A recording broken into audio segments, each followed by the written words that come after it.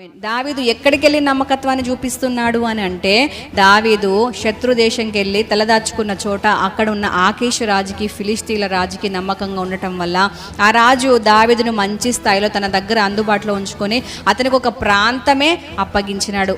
ఫిలిస్తీన్ల దేశము శత్రురాజు ఒక ఇశ్రాయేలీయుడు వాళ్ళ ఫిలిస్తీన్ల మీద దండెత్తి వెళ్ళిన వాడు, ఫిలిస్తీయుడైన ఆజానుబాహుడైన గొల్యాతుని శూరుని చంపినాడు. అయినప్పటికీ ఆ రాజుకు నమ్మకం ఎలా కలిగింది దావీదు మీద అంటే, అతని మాట, అతని ప్రవర్తన, అతని క్రియలు ఆకీషు రాజు దగ్గరికి వచ్చినప్పటి నుంచి ఆకీషు రాజు గమనిస్తూ ఉన్నప్పుడు నిజంగా దావీదు నమ్మదగిన వాడే అని నమ్మకం కుదిరింది అతనికి. అలాగ అతను ప్రవర్తించిన తర్వాత ఒక ప్రాంతమే వదిలేసినాడు. శత్రువు ఒక ప్రాంతం నాది అని అనుకున్నది, తన దృష్టిలో విలువైంది, తనకు సొత్తుగా ఉన్నది, తన ఆస్తిని ఇంకొక శత్రువును మంచివాడుగా భావించి ఇచ్చాడంటే మామూలు విషయమా?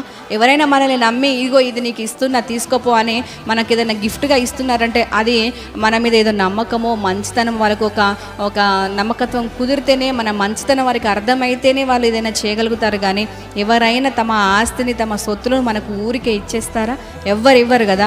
దావీదుకు ఆ శత్రు దేశపు రాజు ఒక ప్రాంతాన్ని నువ్వు ఉంచుకోపో, లేకపోతే నువ్వు అందులో నివసించు, నువ్వు దాన్ని ఏలుకో, లేకపోతే నువ్వు పరిపాలించుకో అని ఇష్టం వచ్చినట్టుగా ఆ ప్రాంతంలో నివసించు అని సిక్లగు అనే ఒక ప్రాంతాన్ని దావీదుకు కంప్లీట్గా అప్పగించేసినాడు. ఇక దావీదు అతని అనుచరులు కొంతమంది కలిసి వారి కుటుంబాలతో పాటుగా వారు మరలా ఏం చేస్తున్నారంటే నివాసం ఉండడానికి వారు ప్రారంభించినారు. హల్లెలూయా. నిజంగా నమ్మదగిన వాడు కదా దావీదు.